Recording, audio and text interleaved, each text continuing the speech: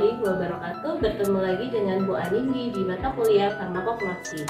Baik, teman-teman mahasiswa sudah siap menyimak mata kuliah pada pagi hari ini. Nah, topiknya juga akan menarik. Yuk kita masuk topik tentang flavonoid. Baik, pada materi flavonoida terdiri dari 4 subbab. Yang pertama, penjelasan umum terkait flavonoida. Yang kedua, terkait dengan penamaan dan penomoran dari flavonoida.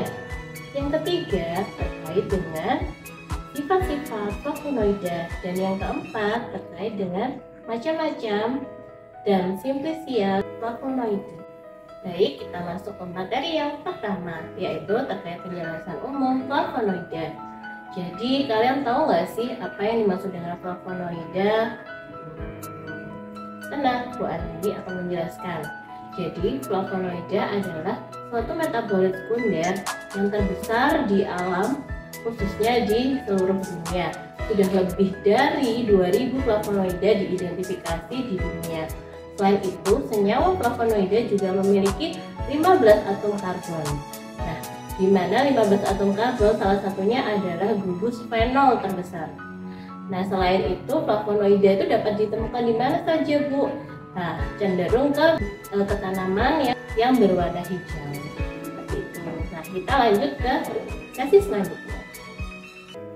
Oke, sesi yang kedua kita akan membahas tentang struktur umum dan penomoran serta penamaan golongan flavonoida.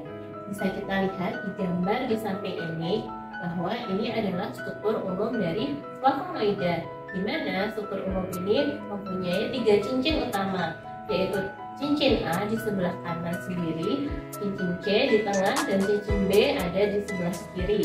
Di mana cincin A dan cincin B merupakan suatu cincin yang kita kenal dengan benzena, dan cincin C adalah cincin heterosiklik karena dia mengikat atom O di tengahnya. Nah, biasanya cincin C ini disebut juga dengan propan. Setelah kita mengetahui tentang jumlah cincin yang ada di flavonoida, kita belajar tentang penomorannya ya teman-teman mahasiswa. Jadi di flavonoida ini penomoran dimulai dari cincin C atau cincin propan, di mana cincin C ini dimulai dari 1, 2, 3 sampai dengan cincin A. Kemudian dilanjutkan oleh penomoran di cincin B. Namun di cincin B ini kenapa sih, Bu, kok ada aksennya? Ya, karena cincin B merupakan perpanjangan dari cincin C, sehingga dalam penamaannya dia diberikan tanda aksen. Tanda petik dibacanya aksen. Jadi nanti 1 aksen, 2 aksen, 3 aksen, dan seterusnya. Nah, tadi sudah kan kita belajar tentang struktur umum flavonoida dan penamaannya. Kemudian bagaimana dengan struktur golongan flavonoid yang lain? Bagaimana penomoran dan penamaannya? Yuk kita simak video animasi berikut ini.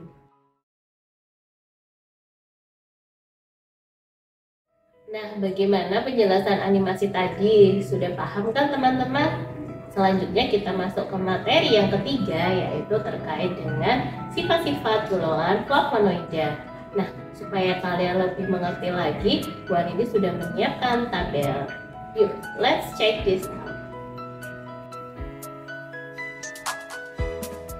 Oke, sifat pertama yang ingin Ibu jelaskan yaitu adalah sifat polaritas. Kalian tahu nggak sih apa itu sifat polaritas? Jadi FYI dulu ya, sifat polaritas adalah kemampuan suatu senyawa untuk larut di dalam air. Nah, ada beberapa sifat polaritas. Yang pertama adalah polar, kemudian non-polar, lalu ada semi-polar, di mana semakin dia polar maka dia akan lebih larut kepada air. Nah, untuk di flavonoid ini seperti apa, Bu, sifat kepolarannya? Baik, jadi untuk golongan flavonoid yang mempunyai sifat polar adalah sebagai berikut. Kemudian untuk yang bersifat semipolar sebagai berikut. Dan yang terakhir yang bersifat non-polar hampir tidak ditemukan pada senyawa golongan flavonoid. Sifat selanjutnya yang akan saya sampaikan adalah pengaruh asam. Maksudnya bagaimana, Bu? Jadi ketika golongan-golongan flavonoid ini direaksikan dengan asam, ada beberapa perubahan. Nah, dari tabel ini bisa kalian lihat hanya ada Tiga, golongan yang dia berubah karena pengaruh asam. Kemudian sifat yang terakhir adalah dengan pengaruh basa. Jadi apabila ada basa, maka yang terjadi adalah golongan flavonon akan berubah menjadi kalkon. Sedangkan golongan yang lain tidak akan terpengaruh dengan adanya basa. Terima kasih. Wah, tidak terasa ya kita sudah sampai di segmen yang terakhir atau yang keempat. Nah, di segmen ini Bu Anindi akan menjelaskan terkait dengan golongan-golongan flavonoida, kemudian jenis-jenis simplicianya dan juga nama-nama flavonoidnya, serta apa sih efek yang dihasilkan dari flavonoid tersebut. Nah, untuk lebih jelasnya kalian bisa lihat di link berikut ini video animasinya. Teman-teman, kita sudah sampai di penghujung dari materi Simplicia flavonoida.